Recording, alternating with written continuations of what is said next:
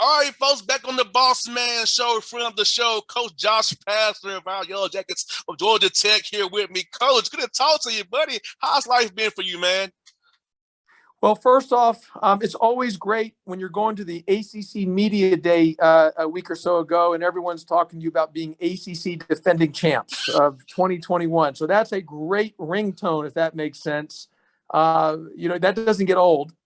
What's interesting, though, is everyone was asking me about that, and I told them we're not defending the ACC championship. We won the 2021 ACC tournament championship. That's in the record books. That's in the history books. We're not defending that. We want to now try to chase and get the 2022 ACC championship. Yeah. So, so it's been good. The offseason's been good. Look, we lost a lot losing those two guys in Jose Alvarado, who's now with the Pelicans on a two-way contract, the New Orleans Pelicans. Moses Wright, who's with the Clippers and the G League. When you lose the ACC Player of the Year and First Team All Defense and Moses Wright, and the Defensive Player of the Year in Jose Alvarado, and Jose Alvarado was the first guy since Chris Paul to lead the ACC in steals in back-to-back seasons. So when you've lost that, I mean, that's a lot to lose. And but we'll have other guys have to step up, have to kind of figure it out. We got to, I love our team this season. I think we can be fast and the most fast and quickest team that I've had since I've been here at Georgia Tech. So a lot to look forward to. We're still a work in progress, but the great news that you and I are talking right now, that means hoop season's right around the corner. Yes, it can't believe it, Josh. It's been 6 years, man, since you've been there, man. Can you believe it already? It's gone by so fast, man. I actually remember, and I don't know if you remember, you've talked to so many people, but I remember you and I doing our first interview, but we did it at the time, it wasn't Zoom. We did it on Skype, the phone. On the phone, yeah. It was, yep. And so, and then here we are 6 years later, but you're right. At the time, it seems like it's been a long time, but when you look back, things move quickly. And what's the lesson in all that? Man, life is short. So, yes. you just, that's why you take it every day as a gift. But it's been great. And through the 6 years, you've been a great supporter, and your positivity, we don't take that for granted. And congrats on your extension as well, Coach. I know you got an extension this offseason as well. Congrats on that. I'm happy for you being in Tech land longer as you can. I know you took the job. It was a total rebuild job, and I knew you'll be a progress for you, but you made it happen. You did it with a smile on your face, kept it positive, and look at the results of your work from 6 years ago to today in extension. And Mr. Stansberry loves you, and why we love you as well here in Atlanta as well, Coach. Well, thank you. No, the extension, anytime you get an extension, that's just a tremendous credit to the great staff you have, and obviously all the great student athletes.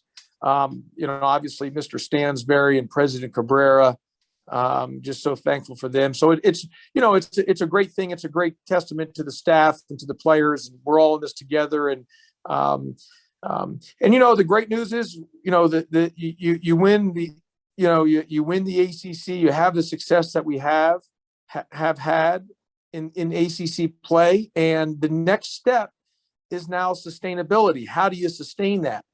And what's interesting, this is first off, and this because you're a sports guy, everyone wants to talk about different eras, and I tell people, the Bobby Cremins era was a Bobby Cremins era. Yes. Paul Hewitt era was a Paul Hewitt era. Brian Gregory's era was a Brian Gregory era. My era, every era is different. And what I would tell you is, this is different. We have 15 teams in the league. It's a different time. Yes. There's different than it was back in the day. There's the portal. It's different than it was back in the day. You can say what you want to say, but guys can leave and can come in, and if someone whereas in the past, where maybe if you had a guy who wasn't playing a lot, but you knew he was going to be good down the road, you'd wait his turn. No longer. They can just get in the portal and transfer. So things have changed, and yes, we want to sustain. But what I would tell people is that's our goal: is we want to win and try to be knocking on the doorstep every year. But it's harder now, more so than ever, because of the portal, because it's no longer maybe a program; it could be year by year now. based on the rules. And NIL, you have to factor in NIL. Kids are making decisions on name, image, likeness. Where could they get the most value on name, image, likeness? Things have changed, and that's just kind of the way it is with college hoops, with college athletics in general. And so we'll see how it keeps going moving forward, but it's really just one day at a time. If anything that we've learned with the ever evolving way of the college athletic landscape, it's really one day at a time. You got that right. And I think having a good relationship with your guys is going to be so paramount, because the relationship can keep a guy from leaving and going somewhere else. They trust you as a coach, trust the relationship you build with them from high school as on your roster. They may well stay, because from now, for me, Coach Pastner, this relationships are paramount more than ever now with this NIL stuff and the portal. Building that bond and that trust is going to be so key going forward. Yeah, I mean, relationships are everything. And look, you can spend a lot of time, you got to spend a lot of time with the guys. I spend more time with our players, with our student athletes, than I do with my own kids. I mean, with my own, with my own family at home. And so, but I love being with our guys. I love it. But that's part of because, when you're with your team, it's like a family. And I've tried to create it like a family atmosphere. And I love spending time with our guys. I love after practice, you're coaching them hard and everything else, but after practice, kind of just hanging around and you're able to sit next to guys and talk and just kind of, you're just communicating and conversating and having good conversations, just not only about basketball, but just about life and what's going on. And so all that goes hand in hand, as you mentioned, about relationships. I will say a lot of it also comes down to playing time. Kids want to play. That always helps. And but we've got a great group of young men, just awesome young men. I love coaching this team. I've loved all my time here at Georgia Tech. I loved all the guys that I've been fortunate enough to coach, and I'm excited about this year. And look, what we've done is we have gotten better every year that we've been here. We've started the year. We've been a little up and down at times, but we've always gotten better. I've tried to have our guys be on a situation where let's start out better and be a little more consistent at the beginning. But I like where we're at. And you're right. The NIL is different. I mean, you got the name, image, likeness. You got the transfer portal. The Alston case, which was won in the Supreme Court, which allowed colleges now can give money for educational expenses for student athletes. So there's a lot being ever evolving in college athletics. And it's just, you've got to continue to stay ahead of the curve, and you got to be flexible and be willing to change. If you're stuck in your old ways, that's not going to work in this day and age. So you've got to be willing to be flexible and agile as you're moving forward. And Josh, you're so right, man, because I had to change what I do in my career I'm talking to you for the last 10 years of my career since you was in Memphis, and I had to change how I operate in this radio. So I know your job is even more different than mine, because my interns have changed now, having to be more hands-on with my interns now. So yeah, I'm with you. Even in what I do, kids are definitely changing, and how you got to do a little bit more to make sure those kids buy in and stay with you all their 4 years, whether they be at Clark, Georgia State, your school, and Kennesaw, where interns are from. So yeah, man, I'm right there with you, brother. Well, I mean, and it really doesn't matter, because, Coach Rob Lanier or at Georgia State, he's going through the same thing that I go through, or Coach Amir at Kennesaw State, he's going through the same thing that Coach Lanier and I go. Everyone's connected in this, and it's ever changing, ever evolving, and as long as the NCAA keeps the scholarship limit at 13. There's always going to be great parity, because right now there's never been more so where the parity amongst college basketball is at such a point where it doesn't matter whether the Power Five or the schools in the non-Power Five, there is just tremendous parity. And with the addition that the NCAA gave everyone with the COVID year, you look in football with the FCS teams, F as in Frank, C as in Cat, S as in Sam, the FCS team beating the FBS teams this year in football. You look at basketball, it's the same type of thing where the mid-majors or lower majors can beat the Power Five teams, with the COVID year, teams now, it's not looking at the name on the front of the jersey. You have to look at their roster. Yes. And a lot of these teams, when you see these teams beat, it's because they're 24, 23, 25, 23, 24, and you're playing against a 19-year-old. Well, yeah, maybe the 19-year-old is better for an NBA prospect than that 24-year-old, but in a college game, football or basketball, 40-minute or a 60-minute game, whatever sport, the maturation, the experience, the olderness is usually going to prevail. Most definitely. You got two older guys on your roster, and Jordan Usher and Michael Devoe will be your leaders this year. Tell us about their leadership coming back this year, going to help your guys in your pipeline you have growing on your team. So tell us about Michael and Jordan there, Josh. Yeah, both guys, we're counting on both guys. I'm excited about both young men. Michael Devoe has had a great offseason. So has Jordan Usher. For us to have the success that we want to have, those two need to be at a very, very high level for us this year. Michael Devoe was actually on the track and field team this summer to really improve his athleticism, his foot speed. And I thought it really has paid off. He was working with Coach Nat Page, who's also here at Georgia Tech, who's one of the best in the world for a sprinter coach. Many Olympic athletes train with him.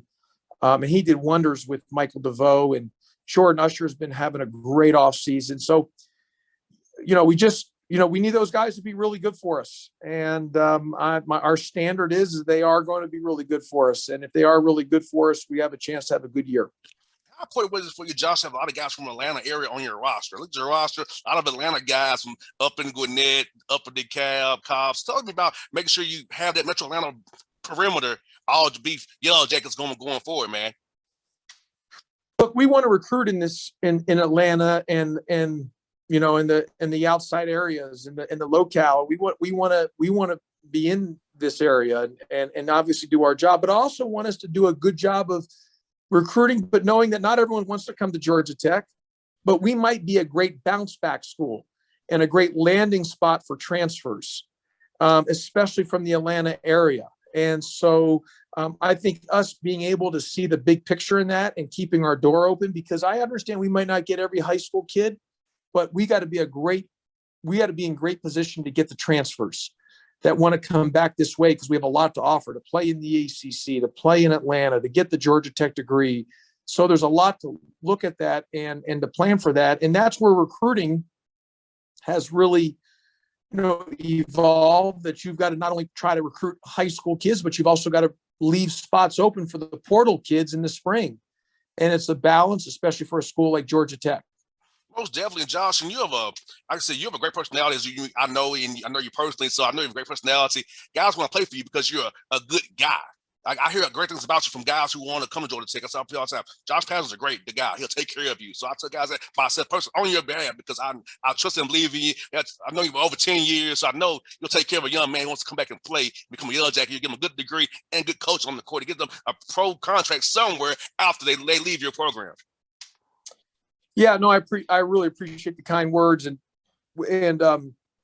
we really try to do a great job of player development, really treating the guys, to the highest level of that we can, and I always tell the guys, this is not a 4-year decision. This is a 40-year decision. You're part of the family for life. And having that opportunity to get that Georgia Tech degree just can open doors for you that can change your life and alter your life. And I think we do a great job on trying to mentor these young men and put them in positions to be successful and provide them the opportunities for them to succeed, not only on the court, but also off the court, and also life after basketball when the air does come out of the ball. You have a game on Halloween against Morehouse in McCamus Pavilion. Tell us about that game, exhibition game, and playing on school down the road from you in Morehouse, man. Yeah, well, first of all, we play Sunday at 2 p.m. versus Morehouse. It is Halloween. Bring your costume if you want. Dress up whatever you want to dress up as at the game. We lost a great guy in the profession at Morehouse this summer, and the former head coach at Morehouse, unfortunately passed away due to cancer. And so when that happened, we reached out to him and wanted to make sure that they knew that we had their back, and we wanted to play him in an exhibition game, to do something to kind of honor coach, but also to let him have the opportunity so we can give him the resources based on us playing the exhibition that Morehouse would benefit out of it. And so, Coach Brewer was just great. Grady Brewer was the coach at Morehouse, who passed away, unfortunately, but a longtime coach, incredible coach, great for the community. And, unfortunately had passed away from cancer. And Coach Brewer and I would talk a bunch, and he never told any, or he didn't tell me. I don't think he told a lot of people that he had, coming towards the end. And so when we found out, we wanted to jump on it and try to do what we could to support Morehouse. And one of the ways to support him was to give him the opportunity to play at Georgia Tech, and then also take home the check to play in Georgia Tech too. So it benefits Morehouse all the way around. And I know you've been good about playing Clark, Atlanta as well. How important is it, Josh, for you to play HBCU schools like Alabama A&M, which you play on the 23rd of December as well, playing those schools to help them out, get a little resources, because knowing how the AUC is important to Atlanta, ABC is important to Atlanta's culture as well. Playing those schools, how important is it for you and your program to do that for those programs who don't have as much as Georgia Tech has? Yeah, when I was at Memphis, and this, every year we play Lemoyne Owen, who's a HBCU school there in Memphis, and I thought it was so important because, look, the financial part of playing, and so when I was at Memphis, I did that, and I want to do that here at Georgia Tech, because in the exhibition games, it's a great give back to the communities, for the different schools here locally. And look, yes, it's important, obviously, financially, because there's a check they get when you play a team like Georgia Tech. But the other thing is the experience for the kids on that team. So, for example, for like a Morehouse, or what Clark or Morehouse or whoever it may be, to play at Georgia Tech, it's an experience of a lifetime, because a lot of those kids, they grow up wanting to come to a school to play at they want to play in the ACC, and to be able to play in that court and to be able to do that. So it's a great thing. And we're all in this together.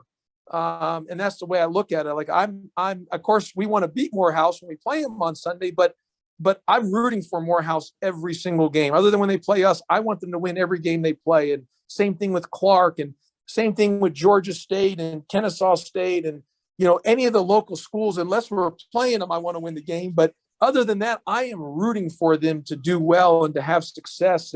And I just think it's better for everybody. It's better for the community. And the more we can, help each other out, I think there's only upside with that, no downside. And how good to have fans back in McCamish. Last year, no fans. This year, I get to come back to see you guys play in person this year and having fans in the stands. How good is it to see your fans once more cheering on your team on Sunday? Yeah, no, that's great. It's great to have fans back. I think, everyone's looking forward to that. It's full capacity. I mean, you look around, for football games, every football game all across college campuses have been just packed to the brim. Same thing with the NFL and even the NBA now. People are back at it. And so it's exciting to get the fans back. This, you've been in sports a long time. I mean, what makes sports great is the fans. Yes. The energy, the home court advantage. So having those fans back, I think it's a big thing. I'm excited about it, but our players are. The only thing it does for the coach, it allows the fans now, if you don't, last year, if I made the wrong decision, there was no one heckling me or booing me. Now, most definitely, man. And you know what, Josh, when the Hawks played in Memphis, man, it felt good to be booed again in Memphis. So I went with the Hawks, say the Grizzlies. I'm like, it felt good to have somebody tell me I suck and the Hawks suck. It felt good to hear that again. So I know what you mean. I don't want to get booed either, but hey, it got, we're back for real now. I love this. No, that's exactly right, and that makes it exciting. And again, that's what makes the home court advantage. And it's an exciting time, and I think everyone's excited. And I think everyone's excited to watch and be back in the stands for college basketball. Last one for you, Josh. This, man, I saw you all went out to the Fairway Social out there, man, and a golfing event, a team bonding event. Tell me about that. How fun was that for you guys to get out there on the golf courses and have some time together out there? Yeah, that was great. We had a great time. We did on a Sunday. We went to the Fairway Social. Look, you try to do some different team activities just to do some different things with our team. We did that. Actually, on Tuesday, November 2nd, we're taking the team to the Civil Rights Museum as a group.